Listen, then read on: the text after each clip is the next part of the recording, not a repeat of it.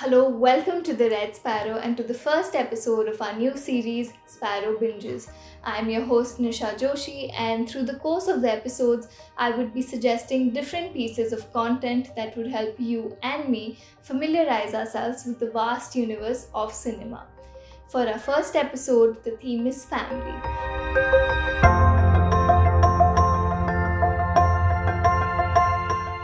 It's for when you miss home, think of your loved ones near and far, and of course, want to remind yourselves of the good, bad, and everything in between. For our first two suggestions, I would like to hand it over to Shobit. So we couldn't help but start the series and episode with my personal favorite, Schitt's Creek. Schitt's Creek is a six-season Canadian sitcom created by Dan and Eugene Levy. It initially aired on CBC television in 2015 and was later picked up by Netflix, where you can currently watch it.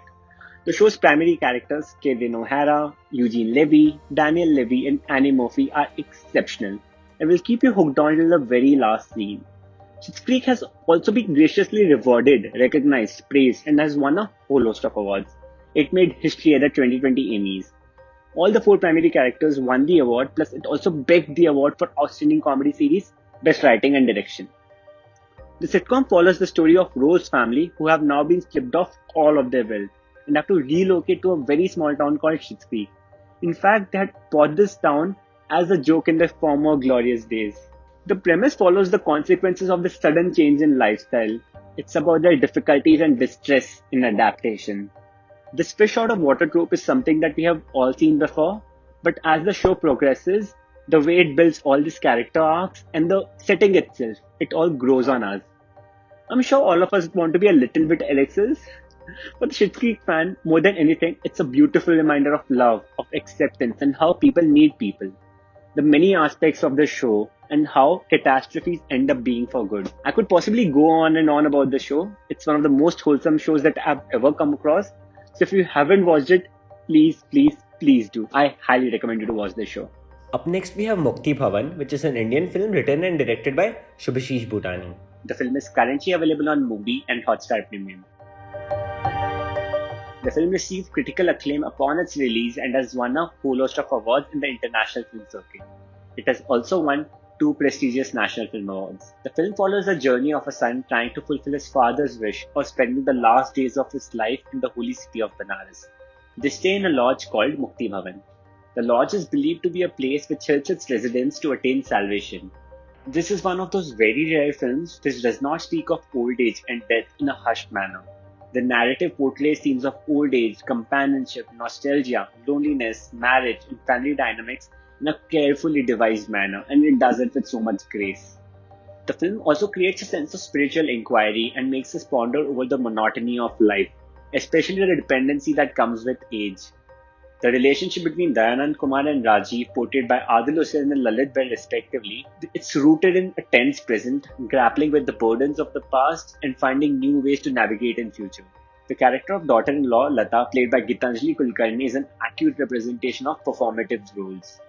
The character of Sunita, the granddaughter played by Paulami Ghosh, is shown to have a soft corner for her grandfather, and there are tender moments between the two that light up the screen. I cannot conclude talking about the film without mentioning the city of Benares as the character.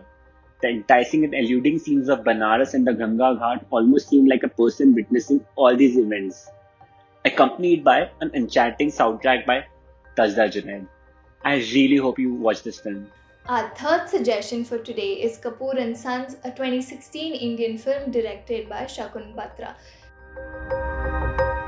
The film was both critically and commercially successful and was also given the tag of a new age family drama.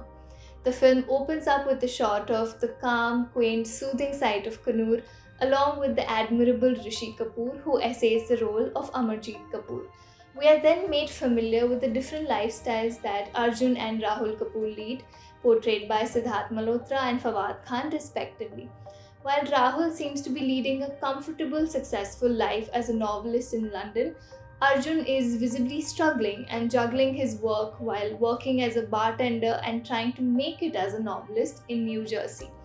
Harsh Kapoor and Sunita Kapoor, played by Rajat Kapoor and Ratna Pathak Shah respectively, essay the role of husband and wife, and effectively so, as we get an accurate sense of what their present is and what the past could have been like.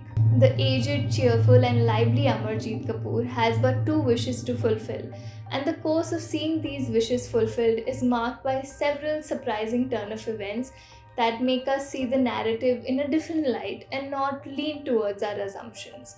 Given that the Kapoor family is living together with each other after a span of 5 years, naturally there are old wounds and issues to be resolved, and yet so much to be known about each other in the present. All these little incidents provide suitable ground to display the family tension and also make the viewers aware of what the Kapoor family is struggling with. Tia Malik, played by Alia Bhatt, acts as a catalyst to show the intimate details and grievances which Arjun has, and also give us an insight into the bittersweet relations of the two brothers. The film intertwines themes of nostalgia, love, resentment, and portrays a picture of a family that we can relate to or identify with in several moments. At the end of the film, there is still so much to be resolved, and we do not feel a sense of closure, but that's so much so like life. We do not have a perfect, happy solution in the end. All in all, the film will leave you with warm, fuzzy feelings and definitely want to hug your close ones a bit more often. The last film for today's episode, which also happens to be one of my favorite films, is Nebraska, a 2013 black and white American film directed by Alexander Payne. The film and its cast have a host of awards to their name, ranging from the Boston Society of Film Critics, the Academy Awards, and Golden Globes, to name a few. The trailer, opening shot, color of the film give us an indication of what lies ahead: a certain stillness, monotony, and of course nostalgia. Woodrow Grant, played by Bruce Dern, believes he's just won $1 million upon seeing a mail, which most of us tend to ignore. The journey of claiming his prize and going to Lincoln, Nebraska from Billings, Montana is marked by several events, and of course leads his son, David Grant, played by Will Forte, to see his father in a different light.